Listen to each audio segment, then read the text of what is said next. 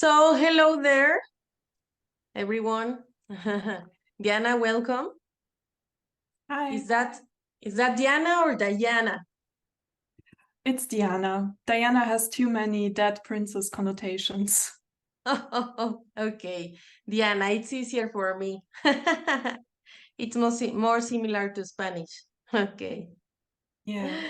Yeah, so well, everybody welcome. It's a really great pleasure to have you here. My name is Aletia Montero, and in behalf of the World Future Studies Federation, I will be your host tonight. Okay.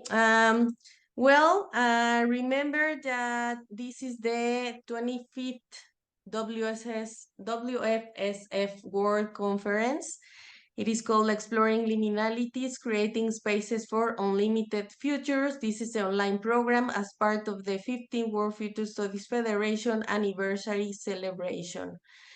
So we are in the first day of this program, and now we are having Diana Kozachek with what do European futures look like according to fine-tuned GPT-3, prompt-tuned GPT-3.5, and few-shot prompt GPT-4, okay? So Diana, the micro is all yours.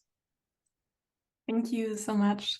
My name is Diana Kozachek. I recently graduated from Future Studies at the Free University of Berlin and also took computer science due to my interest in large language modeling.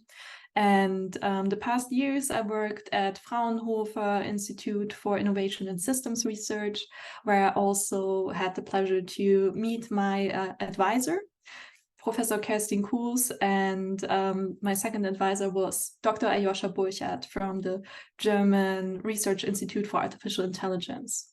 And I prepared a presentation that is heavily technical, and I hope that, oh no, I of course didn't allow Zoom to see my desktop.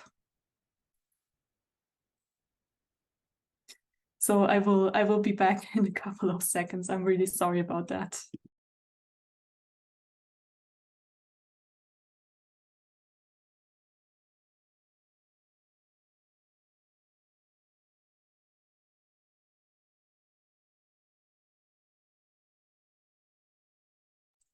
We will wait some minutes for Diana to come back.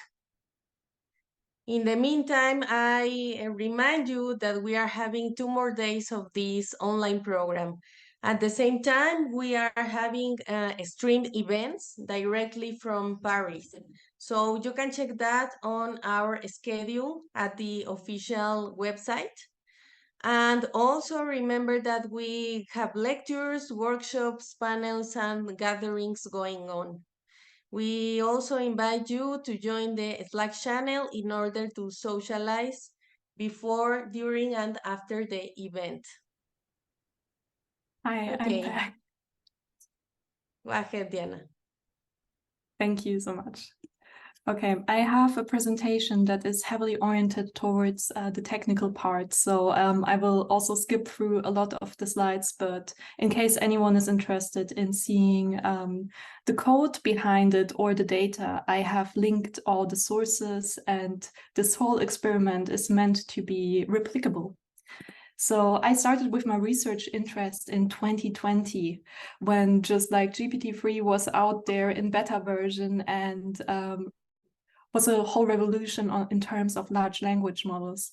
Since then, a lot of things have changed, like GPT-4 has launched earlier this year, and GPT-5 will launch probably at the end of this year, and making speech-to-text technology something that will, well, I say, probably change everything that we know about technology interaction right now. And since then, more and more people are using large language models in their day-to-day lives, and they also heavily interfere with our decision-making processes. We heard that in the previous presentation, that AI models are more involved in our decision-making, and I wanted to test whether GPT-4, GPT-3.5, and GPT-3 can be adapted to the needs and standards to futures research. And if so, what kind of futures would those large language models generate? From this initial research interest, I went on to my research question and formulated hypotheses. Can GPT-3, 3.5 or 4 generate human-like future scenarios? And in order to test each model individually and find out about their very individual pros and cons, I tested each of them on their individual basis with separate evaluation measures and tested them at the end with 42 foresight experts that had to distinguish whether the scenario was made by a human or was made by a machine. A short disclaimer, I know that every approach is naturally a hybrid because no one nowadays produces scenarios only by hand. We all use computers, translations, or several other methods that are stemmed in computation, just like simulations or network studies to create our scenarios. But when I talk about human-made futures, I talk about the end results that appear in reports. And if I talk about scenarios made by machines, I talk mostly about scenario theses. They had to be rather short theses because I had to make them comparable to each other. And that also means that I used shortened and summarized scenarios to train my machines. So if we talk about scenarios in this research, we talk about scenario thesis, and you will see that also in the examples that later appear.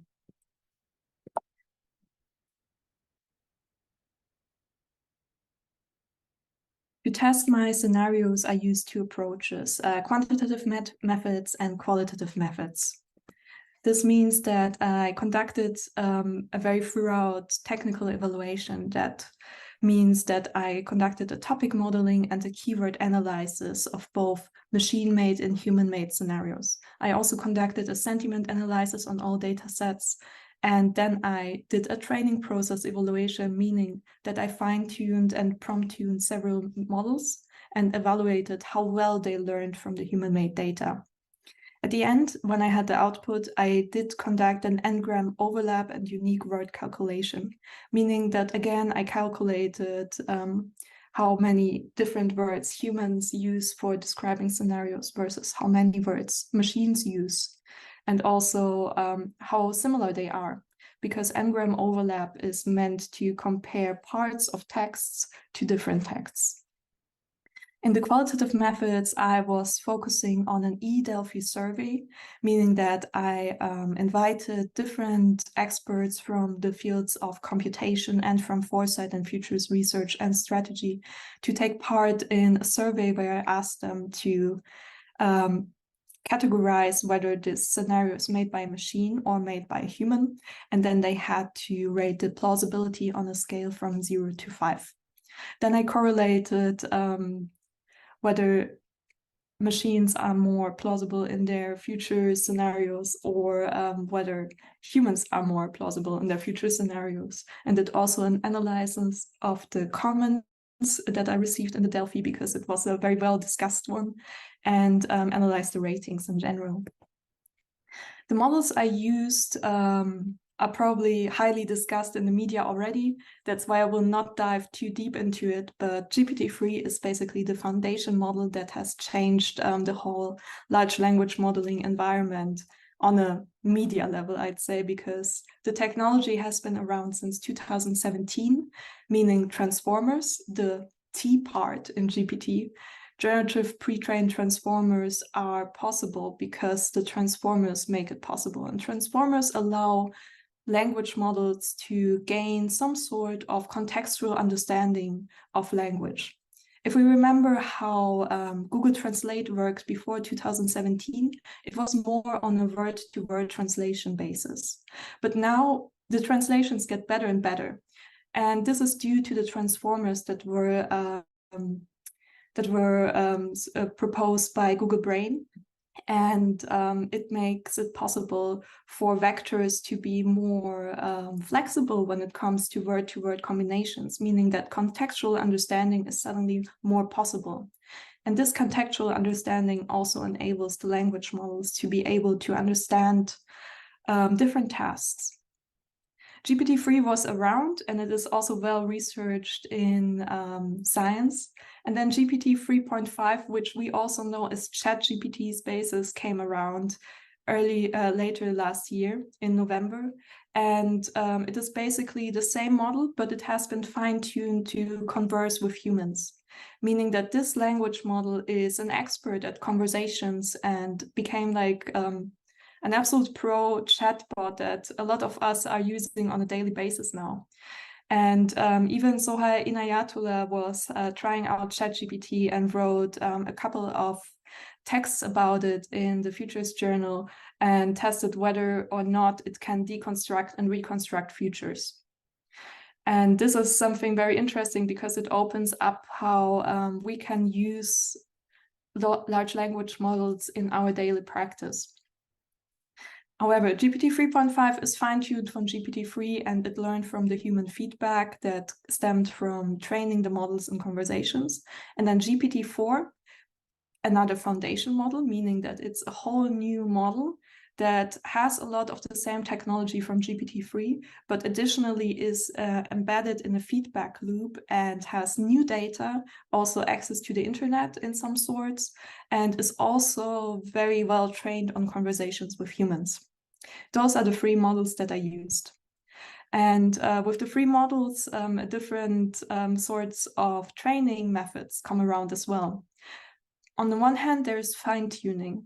Fine-tuning is what made GPT-3 to GPT-3.5.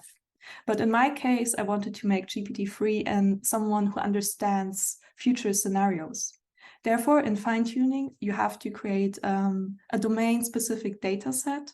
And this domain-specific data set is meant to retrain the model and teach it what it has to know. In my case, future scenarios.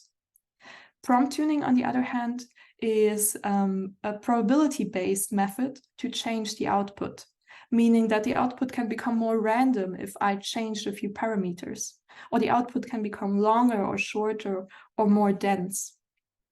There are different methods of prompt tuning that I will also show in a couple of seconds.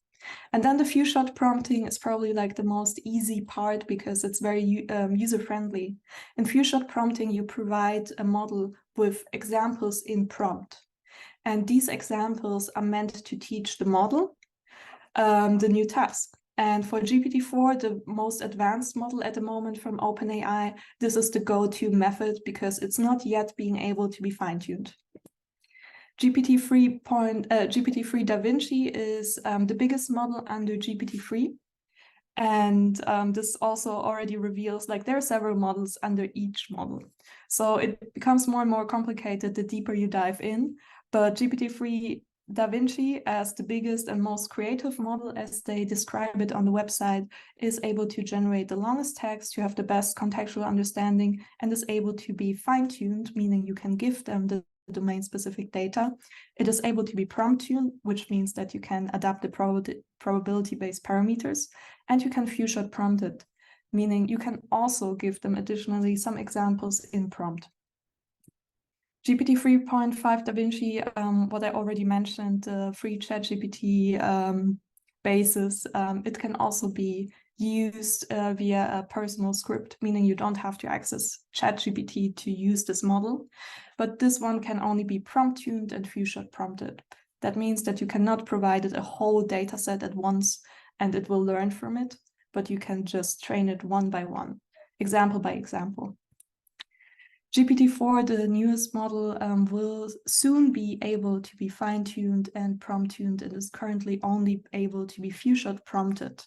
But unlike GPT-3, it is approximately 100 times bigger, but there are very different information out there because now that OpenAI has been bought by Microsoft, it is difficult to get those very technical informations.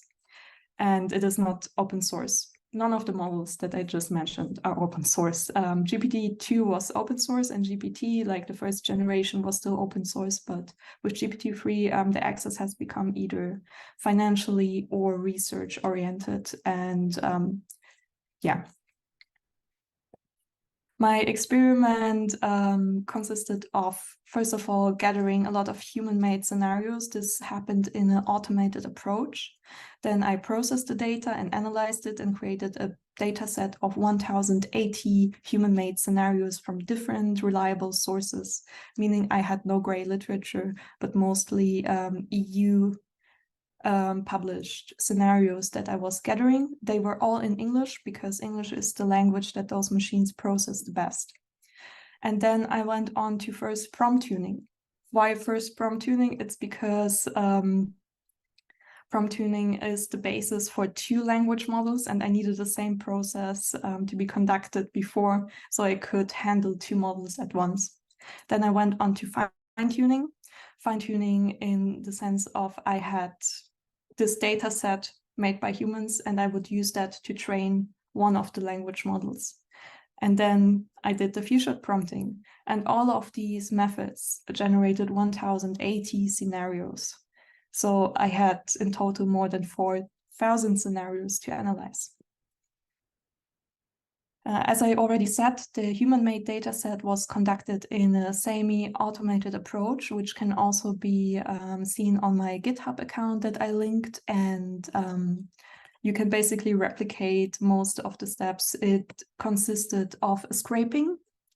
And the scraping was already a high challenge because to be able to get a good roundup of European futures, you have to combine so many different parameters. For example, the topics have to be broad enough so you can show a whole environment of those are European futures. But at the same time, the dataset has to have a similarity because machines need similarity to generalize on. If they do not find a pattern because it's too broad, you cannot really train a model. Then the third part, representativity, meaning that topic time needs to be equally out there. So I have enough example of each kind to train a model on. If I only have scenarios on the topic of education, my model will only know about educational scenarios. With every other topic, this works the same. So I chose 12 keywords and I went with the keywords in a loop. The keyword would be like future scenarios on European keyword or topic in year. My year was 2030, 2040, or 2050. And then the site has to end with @edu or .gov or .org or .eu or .mil. And they have to be published after 2015. That ensures for me that scenarios are still relevant enough to be discussed and to be a training material for the machine, but also that the authors are reliable enough to train a model on.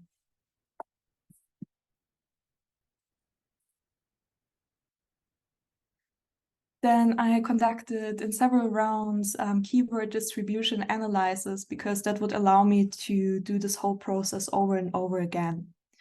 And this over and over again process would allow me to collect more scenarios on a topic that is not as present as the other scenarios yet. This should then in the end create a subset of 1,080 scenarios because initially I had more than 3,000 and then I narrowed it down to balance the topics and the time horizons out. But still, topics around ecology and sustainability are the most present because it is just a sign of our times that those scenarios are highly relevant and we have to publish them to get the scenarios out there.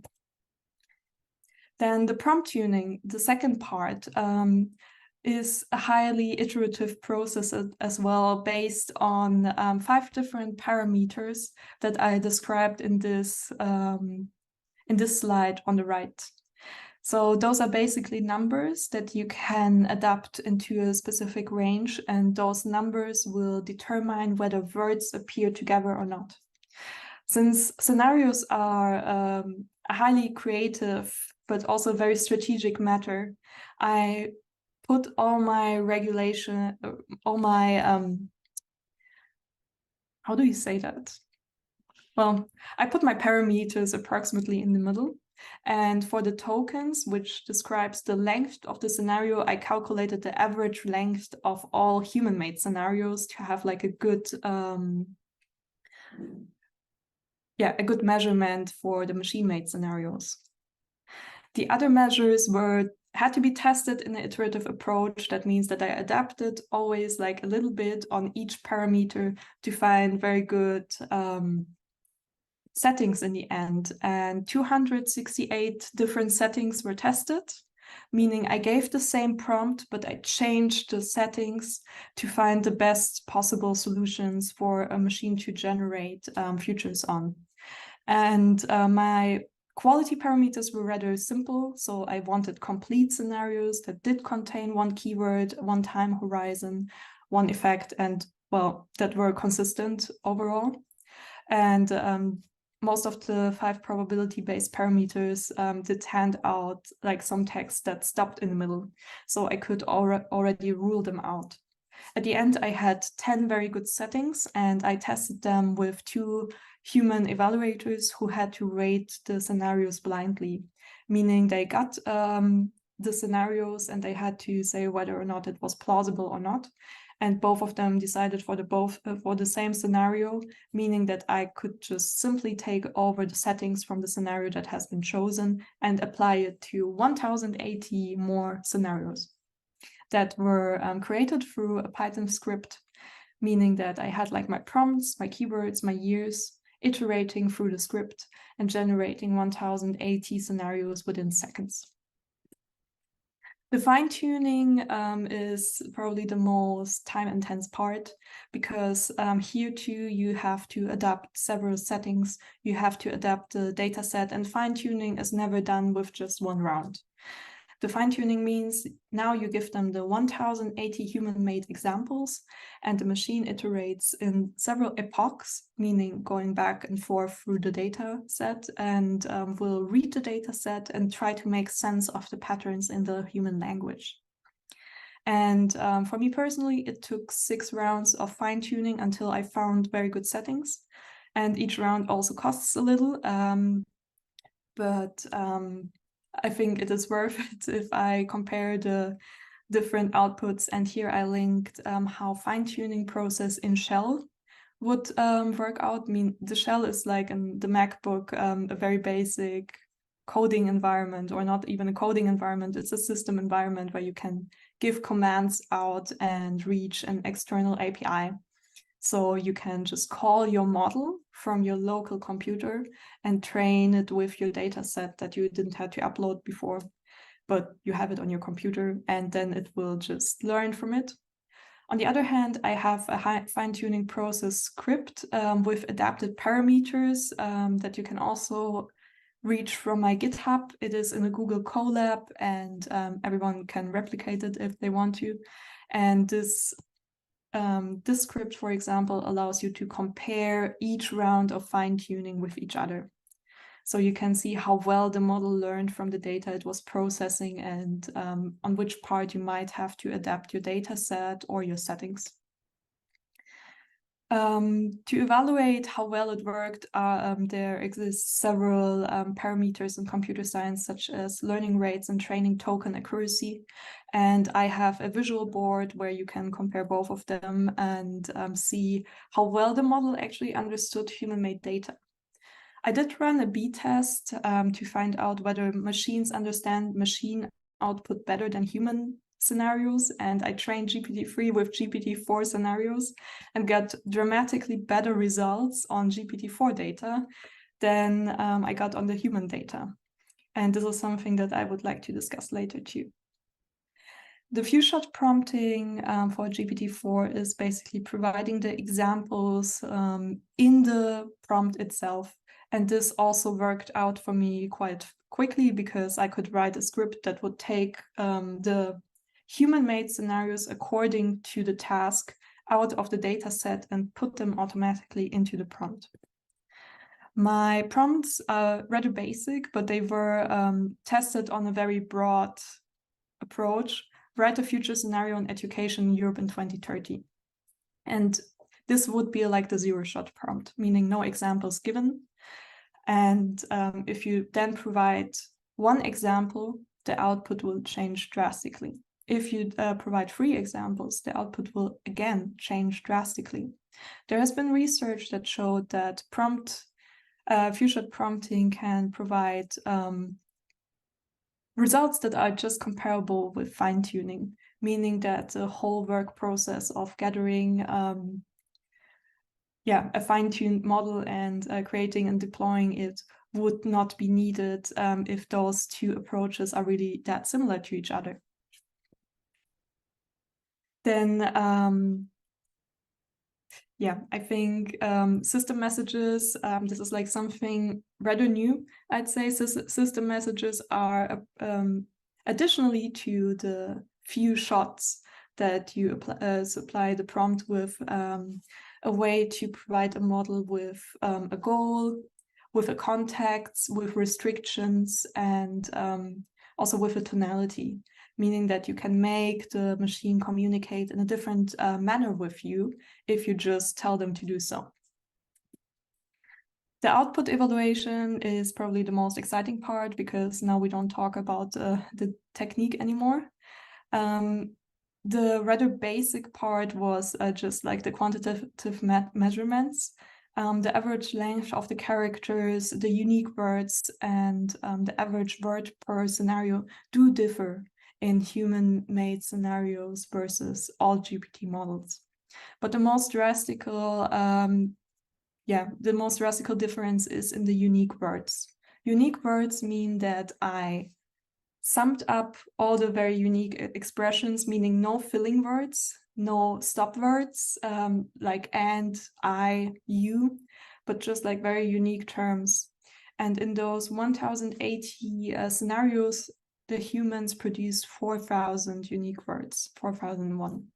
While the most advanced model, GPT-4, only used 2,261 unique words, meaning that it's much more predictable on a linguistic level than human-made scenarios are.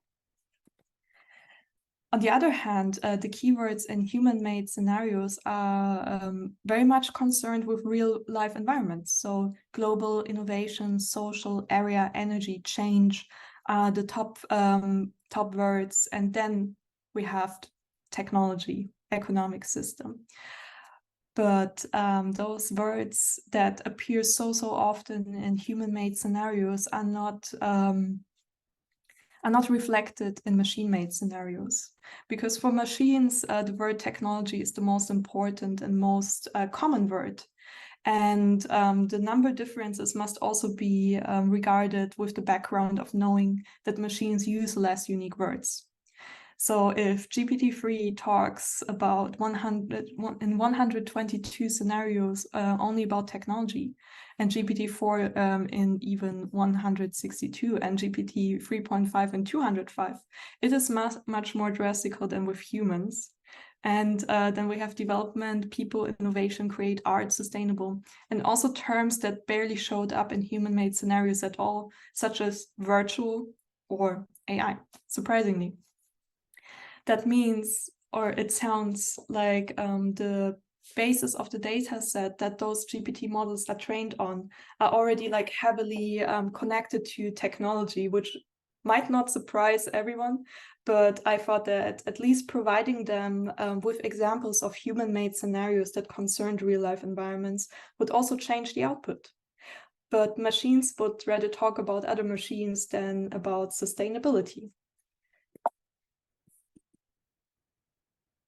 Then the topic modeling that went more into depth would here describe how the whole environment of topics show off. And with human-made scenarios, we have a big overlap between the topics, because human-made scenarios are heavily interconnected with different topics, meaning that there is no one scenario that only concerns technology. We always see technology in a context. There's also not one scenario that only sees education, because we put it like in combination, for example, with technology or sustainability. And this is something that you can even see on this left matrix, because you can see how close the 12 topics are to each other. They do overlap, and we have like one of them that is not connected to the others. While with machine-made scenarios, you have like an equal distribution, just like on a clock that looks very artificial already, but they do not overlap at all. But the funny part is that in 7 of the 12 topics, the number one word is technology. So this is something that really astonished me, because how is it possible that in 7 of 12 topic clusters, technology is the top word, but yet they have no overlap between each other? And you can interactively look at those topic maps in my GitHub. It's just a HTML file that you can interactively click on and discover all the words and terminologies and how connected they are to each other. With the sentiment analysis, on the other hand, there are significant differences in the sentiments anger, fear, and one positive one, joy, yeah, between human-made and machine-made scenarios. If you are a bit familiar with GPT models, you know that each model update became less and less toxic, as they call it. And this toxicity that is lacking now in the language means also that those models output less critical output.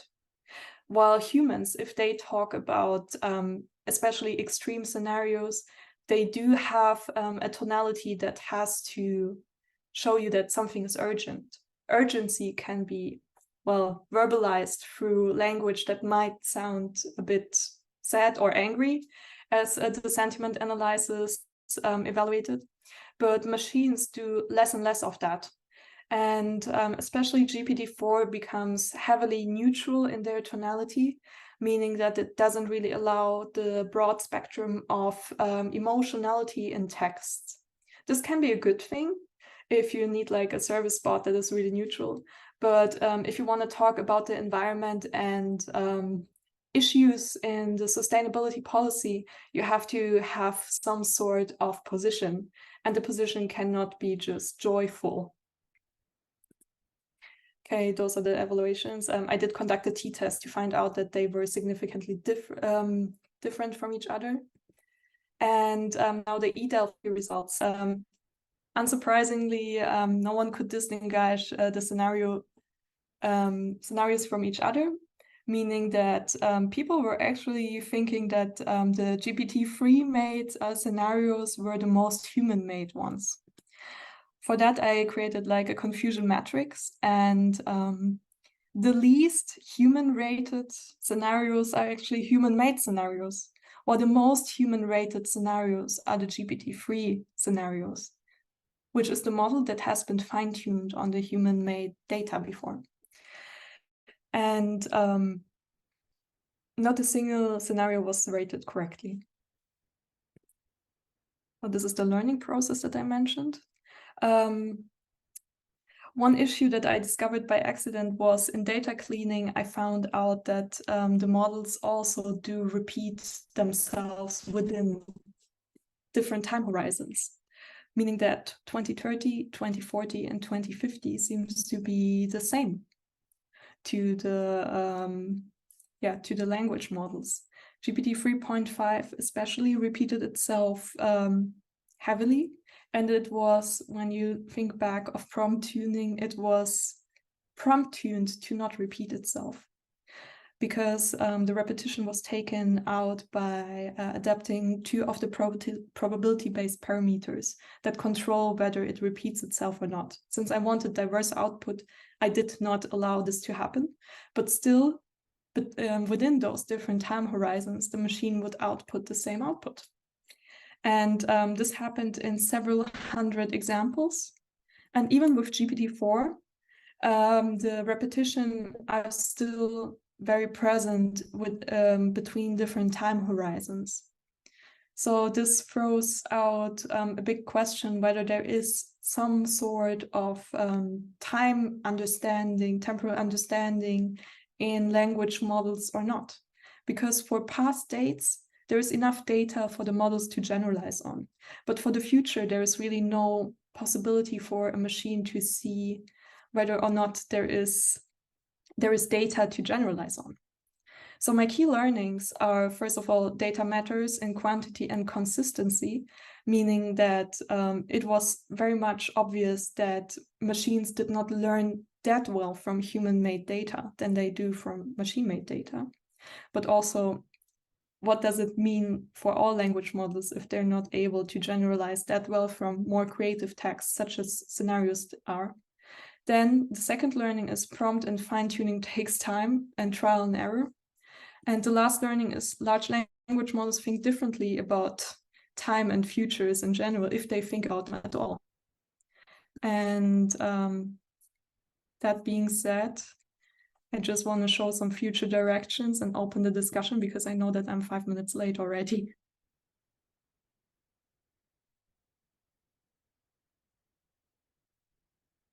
Is there anyone? Ah, cool. I'm done with my presentation.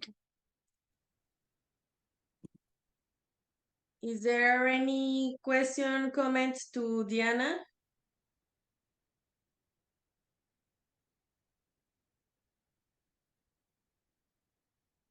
Everybody's in silence. They are astonished. Yeah. Maybe later on Slack. I know I spoke very fast and it was a quick ride through this whole topic. Did you have too much info still left? No, to present? actually, just the future directions of the study. Like I would have loved to have a couple of more people who would love to collaborate on a shared scenario data set, for example, so we can train a model collectively. But maybe this is something that I will just post in Slack and people can come back to it if they want to. Okay, if you want to show that, you can still show it if it's the info Oh yeah, left. it was the last slide. Yeah, go ahead. Go ahead and then we close. Yeah, some possible future directions would be the usage of open source models, meaning that we would have the possibility to evaluate on even more parameters than just the methods that I already showed, because we could look inside of the machine. Then collective data collection, since I only collected English language-based scenarios, I only have a very narrow image of European futures right now. But I think if we had them in several languages on several topics, we would be able to collect a data set that really represents European futures. Then another thing would be adapting the prompt, because my prompt was really general, but the exploration of real life tasks, for example, like goal-oriented scenarios, would be really interesting. And then the improvement of the expert ratings, meaning opening up this Delphi to a whole community to find out whether and why a scenario is machine-made or human-made, would be a really interesting thing, because in the future we have to be able to differentiate whether a scenario was written by machines or humans, just as we have to do it with images right now. There are so many people who cannot differentiate AI-generated images from human-made photographs anymore. And I think for future scenarios that this might become another issue that we have to collectively work on. That's it. Great, Diana. I'm glad that you could finish. Yeah. Thank you. Okay, in the chat, we have Lucio now from Colombia. First of all, he's saying, thanks, Diana, wonderful. Michael Jackson, happy to collaborate. And the same Lucio is asking if you know this tool. I can see, you can see it in the chat, right? Yeah, I clicked on it. I will explore it further. Ah, yeah. Oh, okay.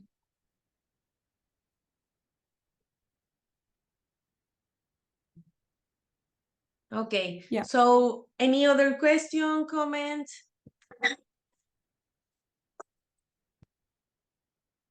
Will the presentations be available for the people to download them somewhere? Or Um, yes, actually, we want to publish the papers.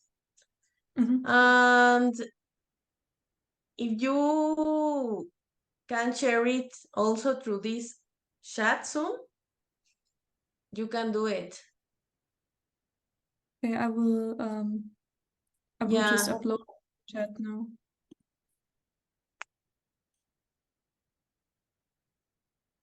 Okay, any other question or comments?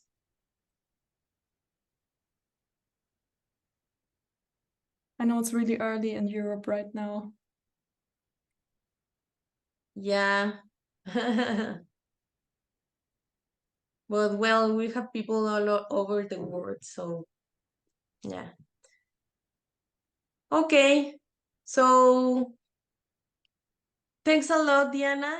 I think it's really a wide presentation, not just talking about the technical issue, but the broad vision that you have in this. And it's super interesting that there are more and more women every time who is interested in these kind of fields, right? I don't know what is your perception, but for me, it's a very difficult field. Um, I think it's very complex, like to be precise with all the data. Maybe it's different for you, but from my perception, it's like that. So I think it's remarkable whenever there's a research on this. So I think it's really a broad vision of this, and we would be so happy if you share this info. Yeah, I Right. just uploaded it. It took a bit because yeah, my VPN slows down everything, but I'm still glad that I could do this from Beijing. And yeah, so I think the data issue is the biggest issue because machines already learned from a lot of data, and it means that it's like you're talking to an adult person who already knows a lot, and then you have to teach them something new that they might have not known before. In my case, those new things are the future scenarios. And then it suddenly has to make sense of that, but it has their pre-assumptions that stem from a huge data set. In GPT-4's case, it's 1 petabyte. I don't even know how many zeros 1 petabyte has. But this data set that teaches it a new task has to be so well curated that it can really convince the machine to understand it. At the same time, you want to be broad because you want to show this huge field of scenarios. I mean, like, even teaching a student what a scenario is such a long task that you might have to narrow it down on especially ecological scenarios only to make it make more sense. And this is another challenge that we can, like, if I had a shared data set that we could create all together as futures researchers, we could narrow it down on topics and see like how well the machine understands the future now. Because apparently it doesn't really understand time horizons even with the data it has. And this is one of the biggest challenges because our understanding of time is so highly subjective. We understand time as concepts like development, for example. Development is a word that contains time horizon and actions. But for a machine, a time horizon is it's a point in the future. And this differentiates us humans so much from machines.